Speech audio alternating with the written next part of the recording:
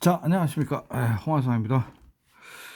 유튜브를 한 보름 정도 쉰 것 같습니다. 열흘 이상.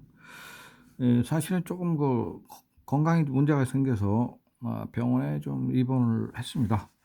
그래서 한 열흘 정도 입원했다가 퇴원을 해가지고 조금 이제 회복이 됐기 때문에 다시 또 시작합니다. 자, 오늘은 한국의 그 대표적인 상인, 개성 상인을 말씀드리겠습니다. 이 개성상인 책은 제가 전에 냈던 거고요.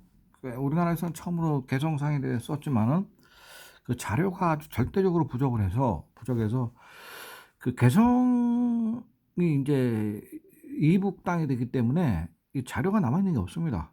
그런데도 불구하고 지금 우리나라에는 그 개성에서 피난 내려오시거나 일정 때 개성서 남쪽으로 내려오셔서 사업을 한 아주 대표적인 그 유명한 기업가들이 많이 계십니다. 그래서 그분들을 한번 말씀을 드리면서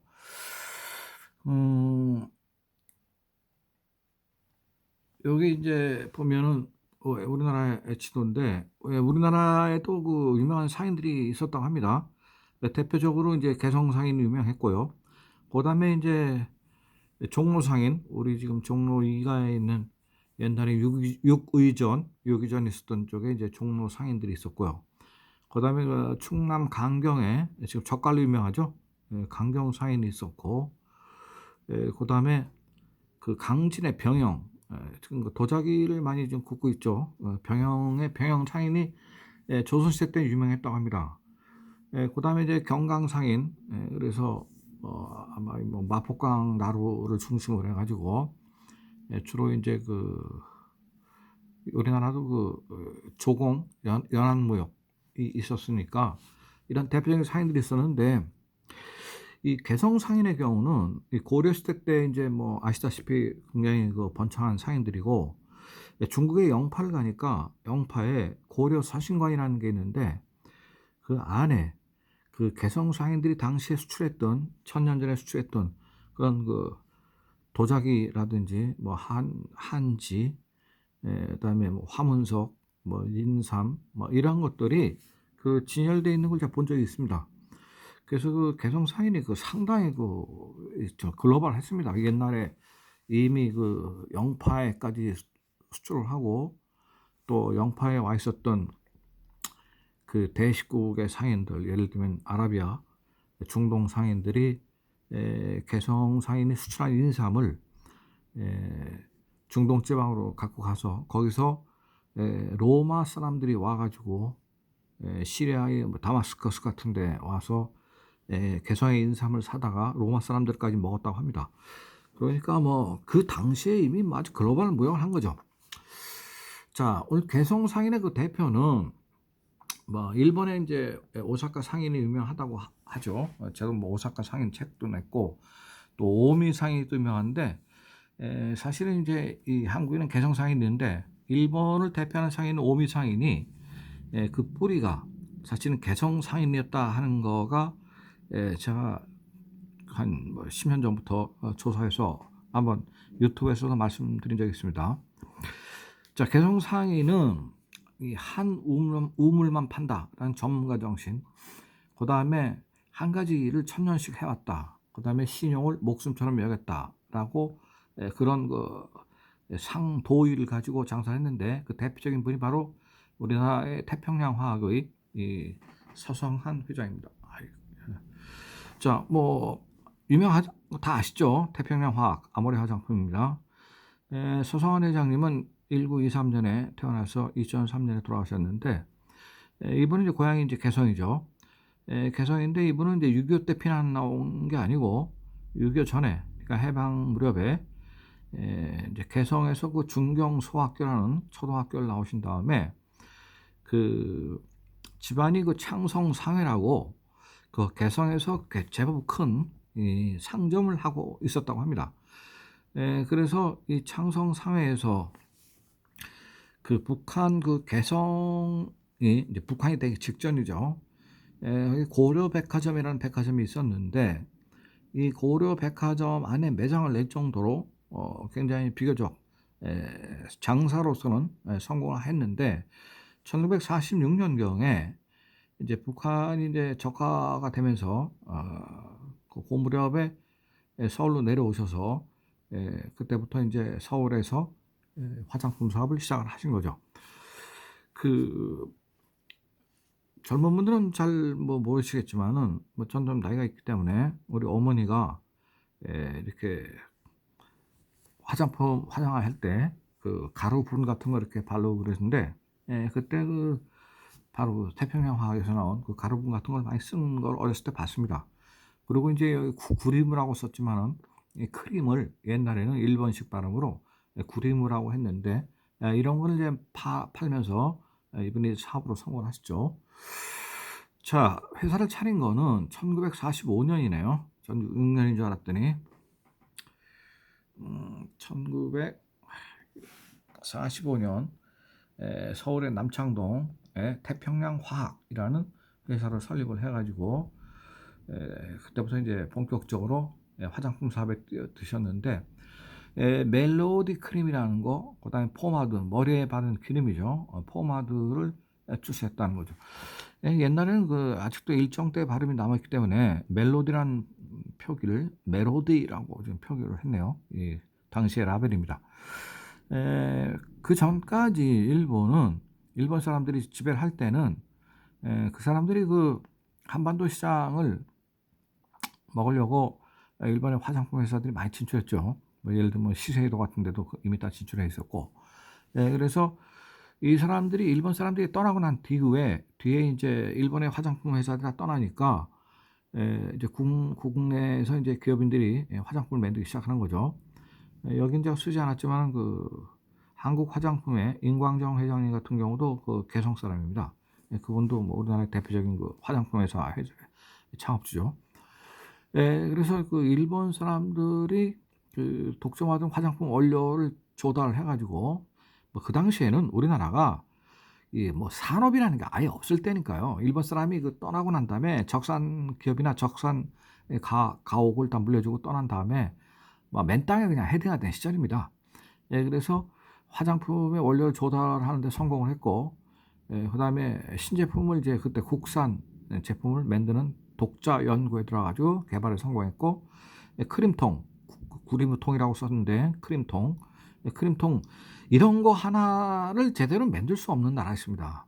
이건 뭐 거의 1960 년대에 들어가서나 우리나라가 그런 뭐 크림통 하나를 제대로 만들 수 있는 나라인데 지금 여기까지 왔다는 건 정말 대단한 겁니다. 이렇게 해서 이분이 서성원 회장님이 이걸 이제 하셔 가지고 우리나라의 화장품 사업을 이제 독자적으로 추진하시는 거죠. 멜로디 크림 포마드.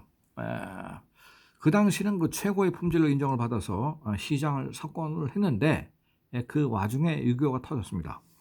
그래서 서성원 회장님도 부산으로 피난을 가 가지고 지금도 유명한 부산국제시장, 영화로 유명한 그 부산국제시장에서 그 꽃갈모자를 쓰고 북을 앞에다 목에다 걸고 둥둥둥 치면서 화장품을 팔러 다녔습니다. 그러니까 지금 태평양화학이 뭐 세계적인 기업이 됐는데 불과 한 70년 전까지만 해도 회장이 직접 꽃갈모자를 쓰고 북을 치면서 시장 바닥에서 물건을 팔러 다닐 정도였으니까요. 그 우리 선대의 그 기업인들이 참 노력을 많이 하신 겁니다. 그 당시의 히트작은 ABC 포마드 머리기름, 그다음에 100번 크림, 상품 이름인데 100번이에요. 100번. 그다음에 ABC 베니싱인데 이제 이걸 갖다 표기를 바니싱이라고 당시 했습니다. 베니싱. 그다음에 수분을 이제 촉촉하게 하는 거겠죠. 그다음에 ABC 수백분, 100분인데 피부를 촉촉하게 하는 막 그런 크림이 있었던 모양이에요. 근데 그 당시의 이제 그 화장품의 모습입니다. 이게 뭐 그 당시 치고는 그래도 생각보다 잘 만들었네요. 그런데 이런 거조차도 뭐 플라스틱 이런 거조차도 만들기 어려웠던 시절이니까요. 자, 이 서성환 회장님은 그 꽃갈모자를 쓰고 다니면서 배달이 오면은 자전거를 타고 그 즉시 배달. 옛날에 짐 자전거 타고요. 그다음에 물건이 품질에 문제가 있다. 그러면 즉각 교체. 근데 이게 되게 쉬운 것 같지만 쉽지 않았습니다. 저가 한 60년대, 70년대만 해도요. 물건이 분명히 잘못됐는데 이거 바꿔달라고 하면 바꿔주지 않는 경우가 많았습니다. 우리나라가 그런 시절이 있었어요. 지금은 그랬다가 난리가 나겠지만은 이 서성한 회장님 시절에 물건의 품질에 문제가 있다는 걸 즉각 바꿔줬다는 거는 그 상당한 그 서비스 마인드가 있는 겁니다. 그렇게 해야지만 한 번 잡은 고객을 놓치지 않기 때문에 그렇게 했다는 거죠. 그러니까 소비자를 굉장히 중시하는 그런 그 철학이 그때부터 이미 있었던 겁니다. 이 태평양 화학이 상당히 앞서간 거죠.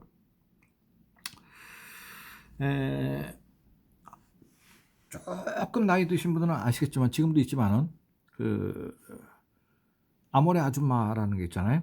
그래서 아모레 아줌마들이 가가하고 집을 찾아다니면서 엄마 가정주부들한테 그 피부 관리에 대한 상담도 해줘가면서 그 자리에서 또 갖고 있던 샘플을 갖고 화장도 해줘가면서 그래서 품질을 설명하고 장단점을 하고 그 피부의 특성에 따라서 화장품을 권하는 아모레 아줌마 방판 서비스죠. 방문 판매.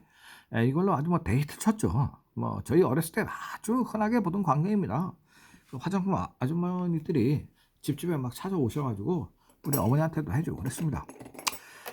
심지어는 그 고객 아줌마하고 그 집안에 뭐 결혼을 한다든지 무슨 뭐 잔치가 있다든지 뭐 이런 그런 것까지도 상의를 할 정도로 아주 아모레 아줌마들이 대단했죠. 지금도 눈에 선합니다.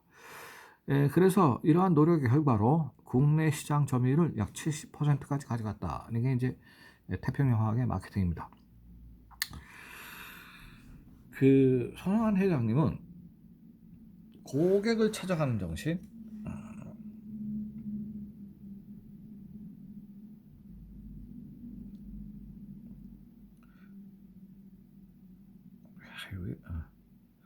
그래서 그 무한 책임주의, 한번 판 물건에 대해서는 중간에 쓰다가 문제가 생겨도 즉각 바꿔주는 무한 책임을 졌죠.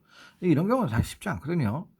포장지를 뜯거나 그러고 나서 물건을 쓰다가 바꿔달라는 거는 지금도 바꾸기 어려운데 그래도 태평양은 그렇게 했다는 거죠. 이게 60년대에 이렇게 했다는 건 대단한 겁니다, 사실은. 그렇게 해서 본인이 적자가 나더라도 고객을 위하는 입장에 서겠다 해서 이런 그 무한 책임주의가 사실은 그 고객들한테 신뢰를 사서 아모레가 성장하는 거죠. 1964년 8월에 이디오피아에 화장품을 처음으로 수출했고 이어서 태국, 홍콩, 심지어는 일본, 미국, 독일까지도 이제 화장품을 수출하기 시작합니다. 그러니까 이 사업이라는 건요. 초기에 10년, 20년 동안 철저하게 신용을 지키고 품질 관리를 잘하면 성공할 수 있는데 이게 초장부터 10년, 20년 될 때 그렇게 한다는 게 사실 쉽지가 않죠. 왜냐하면 비용이 발생하기 때문에. 그러나 이 양반은 그렇게 했기 때문에 성공을 해서 오늘날은 뭐 주가 가치를 봤을 때는 뭐 태평양 화학이 뭐 거의 대한민국의 1, 2, 3등 안에 들 정도로 큰 회사가 됐습니다. 자, 다음은 서성한 회장님의 호가 장원, 화장품 할 때 화장품의 원천이라는 뜻이죠. 무한 경쟁의 시대에도 한 우물을 팔아야 된다. 이거는 이 PPT를 제가 만든 지 좀 오래됐는데 지금 매출이 뭐 이거보다 훨씬 커서 뭐 한 뭐 거의 10조 가까이 될 겁니다. 그 태평양 화학을 만든 개성상인의 정신을 보면 첫째는 품질로 승부한다. 그러니까 우리나라의 고려시대의 개성상인도 이렇게 좋은 품질을 만들어서 이미 중국에다 수출했던 것 같아요. 두 번째는 한 우물, 한 업종만 판다는 겁니다. 그래서 아주 그 분야에 관해서는 그야말로 박사가 될 때까지 최고 수준에 이를 때까지 한다는 겁니다.